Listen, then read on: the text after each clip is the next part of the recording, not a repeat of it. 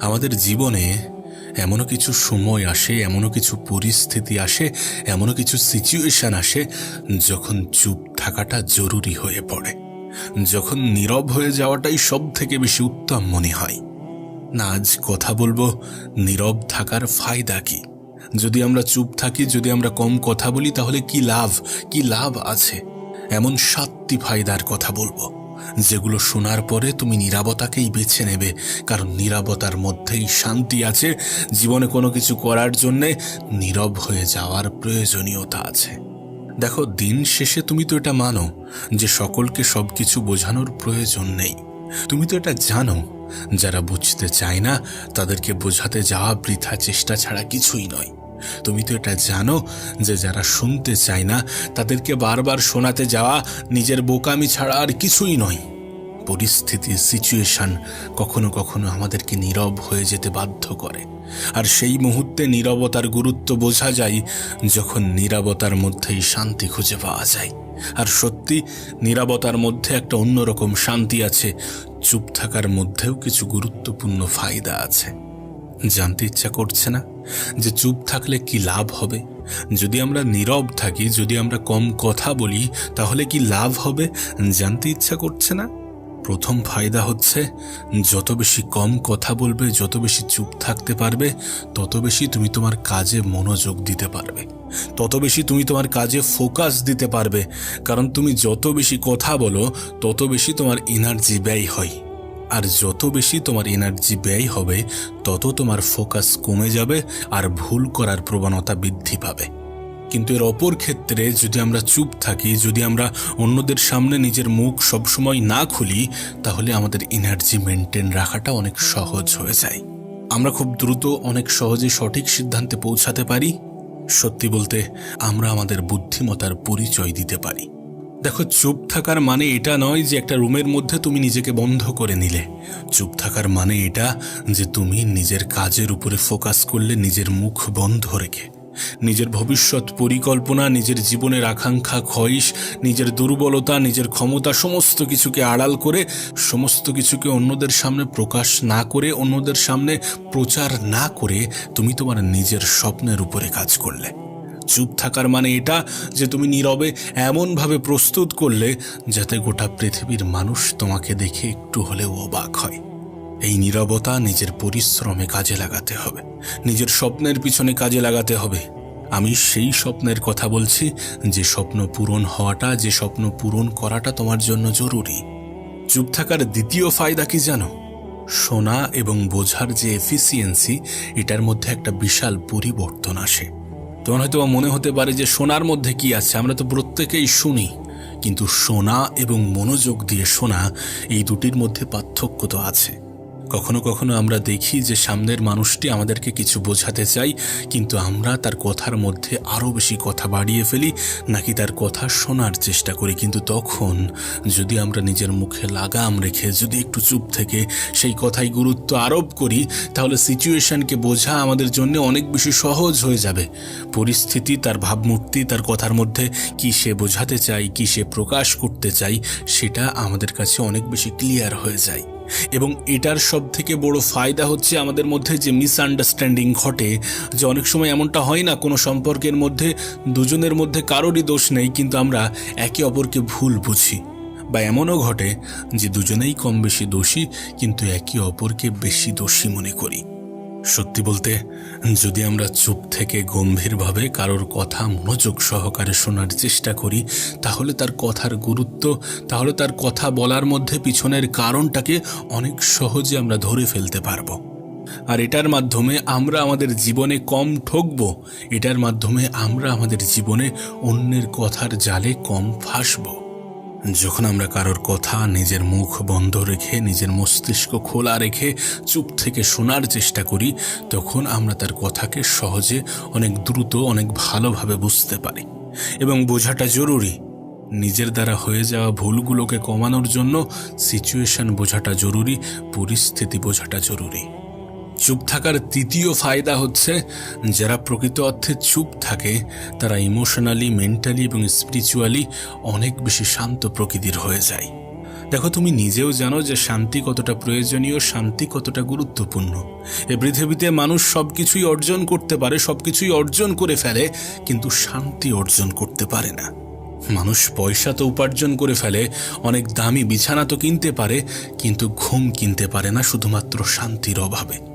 সত্যি বলতে, আমরা যত কম বলবো তত বেশি অন্যের কথাই কম উলঝাবো, তত বেশি জীবনের জটিলতাগুলোকে অ্যাভয়েড করতে পারবো। আর যত বেশি জীবনের জটিলতাগুলোকে অ্যাভয়েড করতে পারবো, তত বেশি শান্তিপ্রিয় হতে পারবো, তত বেশি শান্তিতে জীবন কাটাতে পারবো। আর মানুষের জীবনে শান্তি থাকাটা জরুরি। আমরা প্রত্যেকেই জানি যে সুখে থাকার চেয়ে শান্তিতে থাকাটা কতটা গুরুত্বপূর্ণ। সত্যি বলতে, এটা তো বাস্তব যে প্রত্যেকটা মানুষের মধ্যে স্থির বুদ্ধি থাকাটা প্রয়োজন, স্থির বুদ্ধি হওয়াটা প্রয়োজন। এবং স্থির বুদ্ধি তখনই হবে যখন আমরা অন্যদের পরিবর্তে নিজের মধ্যে দেখব, নিজের মধ্যে ঝাঁকব। দেখো, নিজের সাথে কথা বলার চেষ্টা করো। এই পৃথিবীর মানুষের সাথে তুমি যত বেশি ইন্টারঅ্যাক্ট করবে, তত বেশি জটিলতার মধ্যে ফেঁসে যাবে। আর যত বেশি নিজের সাথে কথা বলবে, তত বেশি নিজেকে চিনতে পারবে, নিজেকে জানতে পারবে। আর নিজেকে জানাটা প্রয়োজন, শান্তিতে থাকার জন্য নিজেকে জানাটা প্রয়োজন। কিছু মানুষ হয়তোবা মনে করবে যে তুমি কথা বলতে পারো না, তোমার কথা বলার ক্ষমতা নেই। কিন্তু আমি মনে করি যে বাস্তব জীবনে সকলের সামনে সবসময় সবকিছু প্রকাশ করার কোনো প্রয়োজন নেই। সকলের সামনে নিজেকে ভালো প্রমাণ করার, নিজেকে সত্যবাদী প্রমাণ করার, নিজেকে গুরুত্বপূর্ণ প্রমাণ করার কোনো প্রয়োজন নেই। কারণ দিন শেষে এটা বাস্তব, এটা সত্য যে পৃথিবীর কোন মানুষ তোমাকে নিয়ে কি ভাবছে তার কোনো গুরুত্ব নেই। তুমি কি ভাবছো সেটা যতটা গুরুত্বপূর্ণ। দিন শেষে গোটা পৃথিবীর মানুষ যদি তোমাকে দুর্বল ভাবে, বিশ্বাস করো তোমার বিন্দু মাত্র ক্ষতি হবে না, তোমার কোনো ক্ষতি হবে না। কিন্তু তুমি নিজে যদি নিজেকে দুর্বল ভাবতে শুরু করো, তাহলে তোমার অনেক বড় ক্ষতি হয়ে যাবে। কারণ তুমি তোমার জীবনে যেমনটা ভাবতে থাকবে, যেমনটা বিশ্বাস করবে, যেমনটা মেনে নেবে, তোমার সাথে ঠিক তেমন কিছুই ঘটতে শুরু করবে। না, এটা আমার মন গড়া কথা নয়, এটা সায়েন্স বলে, এটা বিজ্ঞান বলে। তুমি তো আধুনিক, তুমি তো এই পৃথিবীকে অন্যরকম চোখে দেখো। বিজ্ঞানী এটা বলে যে তুমি যেমনটা ভাববে তেমনই তোমার সাথে ঘটবে।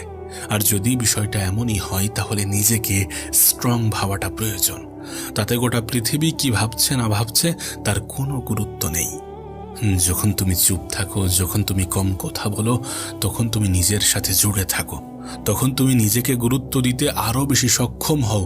আর যখন তুমি নিজেকে গুরুত্ব দিতে আরও বেশি সক্ষম হও, তখন তুমি মেন্টালি, স্পিরিচুয়ালি এবং ইমোশনালি আরও বেশি স্ট্রং হও। চুপ থাকার 4 নম্বর ফায়দা কি জানো? যখন তুমি চুপ থাকো, তখন সামনের মানুষটি তোমার কাছ থেকে কিছু শোনার আগ্রহ প্রকাশ করে। সামনের মানুষটির তোমার প্রতি ইন্টারেস্ট, তোমার প্রতি আকর্ষণ বৃদ্ধি পায়। যখন তুমি কোনো ভিড়ের অংশ এবং সেখানে সব থেকে কম কথা বলো, তখন তুমি যখন বলতে শুরু করবে, তখন সামনের মানুষগুলো গুরুত্ব সহকারে সেটাকে শুনবে, কারণ তুমি কম বলো। তুমি তোমার আশেপাশে এমন অনেক মানুষ দেখেছো যারা অনেক অতিরিক্ত কথা বলে, প্রয়োজনের থেকে বেশি কথা বলে, যার ফলে তারা অন্যদের কাছ থেকে অবহেলার শিকার হয়, যার ফলে তাদের নিজেদের কাছে ছোট মনে হয়। আবার এমনও কিছু মানুষ দেখবে যাদের কাজই হচ্ছে একে অপরকে নিয়ে সমালোচনা করা, একে অপরের নিন্দা করা, একে অপরের নেগেটিভ সাইড নিয়ে চর্চা করা, না জানি আরও কি গসিপ।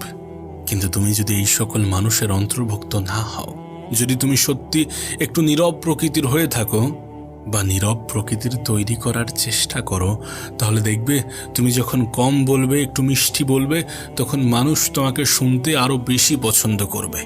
আর যখন তোমার কথাগুলো মানুষ মনোযোগ সহকারে শুনবে, তখন তোমার কথাই গুরুত্ব আরোপ করবে। আর যখন তোমার কথাই অন্যরা গুরুত্ব আরোপ করবে, তখন তোমার বোঝানোটা বা তখন তোমার বোঝানোর ক্যাপাবিলিটি অনেক বেশি বৃদ্ধি পাবে।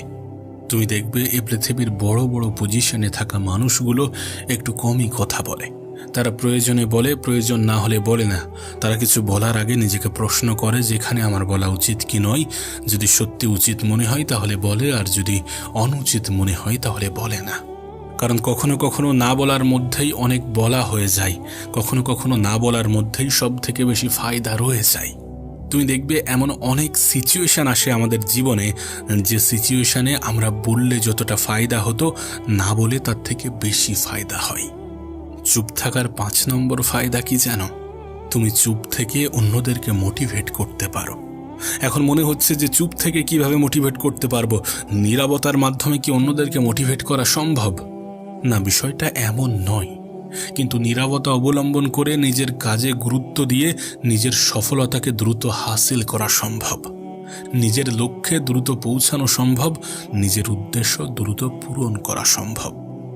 যখন তুমি গোটা পৃথিবী থেকে, গোটা পৃথিবীর নেগেটিভ সাইড থেকে দূরে থেকে চুপচাপ নিজের কাজে গুরুত্ব আরোপ করবে, নিজের কাজে ফোকাস করবে এবং কাজ করবে গোপনে, তখন তুমি তোমার লক্ষ্য পূরণে অনেক দ্রুত সফল হবে। তখন তুমি তোমার লক্ষ্যে অনেক দ্রুত পৌঁছে যাবে। এবং অনেকেই এমনটা ট্রাই করেছে, তারা সফল হয়েছে। একটা কথা আমাদের মনে রাখা প্রয়োজন যে মানুষ শুনতে নয়, বরং দেখতে বেশি পছন্দ করে। যখন আমরা নিজের কাজ দেখাতে চাইব, যখন আমরা নিজের কাজ দেখাতে পারবো, তখন দেখবে যে মানুষ এমনি থেকেই সম্মান করছে, এমনি থেকেই গুরুত্ব দিচ্ছে, গুরুত্ব আরোপ করছে। সত্যি বলছি, তুমি যখন তোমার ফিল্ডের বাদশা হয়ে যাবে, যখন তুমি কোনো বিষয়ে এক্সপার্ট হয়ে যাবে, তখন মানুষ তোমার কাছ থেকে শিখতে আসবে এবং তুমি আরও বেশি সম্মান পেতে শুরু করবে।